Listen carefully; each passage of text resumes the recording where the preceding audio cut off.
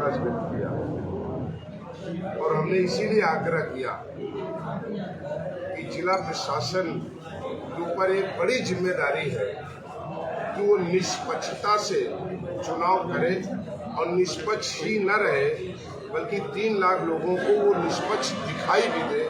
ये मेरी विनम्रता से जिला प्रशासन से आग्रह कि आप निष्पक्षता की बात करते हैं, भाजपा का कार्यक्रम होता है उसमें तमाम आचार संहिता की धज्जियां उड़ाई जाती है, उस पर कोई कार्रवाई नहीं होती आपकी पार्टी? मैं अब तो अपने भाइयों से कहूँगा विनम्रता से, इसी डिग्री कॉलेज चौराहे पर मैं कल रात में आ रहा था, सरकारी रेलिंगों में किस पार्टी के झंडे लगे थे। मैं बड़ी विनम्रता से कहना चाहता हूँ इस सरकारी बिल्डिंगों में किस पार्टी के झंडे लगे हैं। मैं तो नहीं कह सकता कि मेरे कहने में मुकदमा लिख जाए,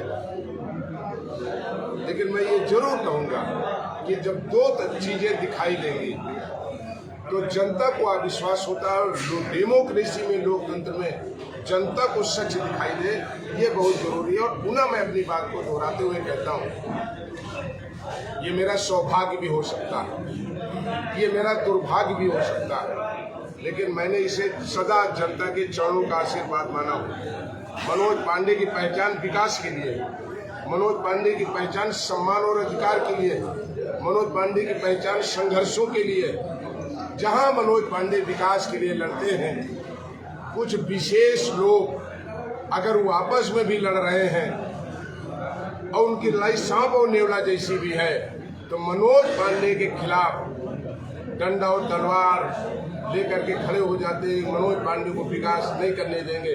लेकिन अब फिर भी कहते हैं कि जब ये होता है तो रायबरेली की सम्मानित जनता, हमारी माँ, बहने, पिता, नौजवान साथी, गरीब, दलित, पिछड़े, वो अपने भाई मनोज पांडे की मदद करके रायबरेली का विकास कराने का मौका देते हैं। हम इस लड़ाई को इस नज़र से ही देखते हैं। फिर रायबरेली में गरीब की विजय होगी, पिछड़े की विजय होगी, प्रबुद्ध जन की विजय होगी, अल्पसंख्यक भाइयों की विजय होगी और रायबरेली के समूचे शहर व्यापारियों की भी विजय होगी और रायबरेली के विकास की विजय बड़े लंबे अंतराल से। मैं फिर अपनी बात कह रहा हूँ, भारतीय जनता पार्टी कितनी भी कोशिश कर रही है, ये ठीक बात है कि भारतीय जनता पार्टी ने बहुत ताकत लगा रखी है, लेकिन समाजवादी पार्टी को छू नहीं पा रही है और किसी पार्टी का बाकी इस नगर पालिका के चुनाव में कोई अस्तित्व नहीं है।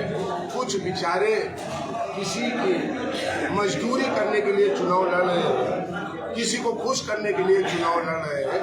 और हमने कहा कहीं से पल्लवी तो पोषित होकर चुनाव लड़ रहे हैं। वो तो ऐसे लोग हैं जिनका इस रायबरेली के 34 वार्ड में 27 वार्ड में टार्च लगा करके भी देखने पे 20 वोट दिखाई नहीं दे रहा, वो भी जीत का दावा कर रहे हैं। मैं उनको भी धन्यवाद देता हूं। उनको लड़ना चाहिए 4 तारीख तक और परिणाम आने के बाद उनको सुस्ताना चाहिए। वो सुस्ताएंगे, फिर 24 में आएंगे। बहुत बहुत धन्यवाद।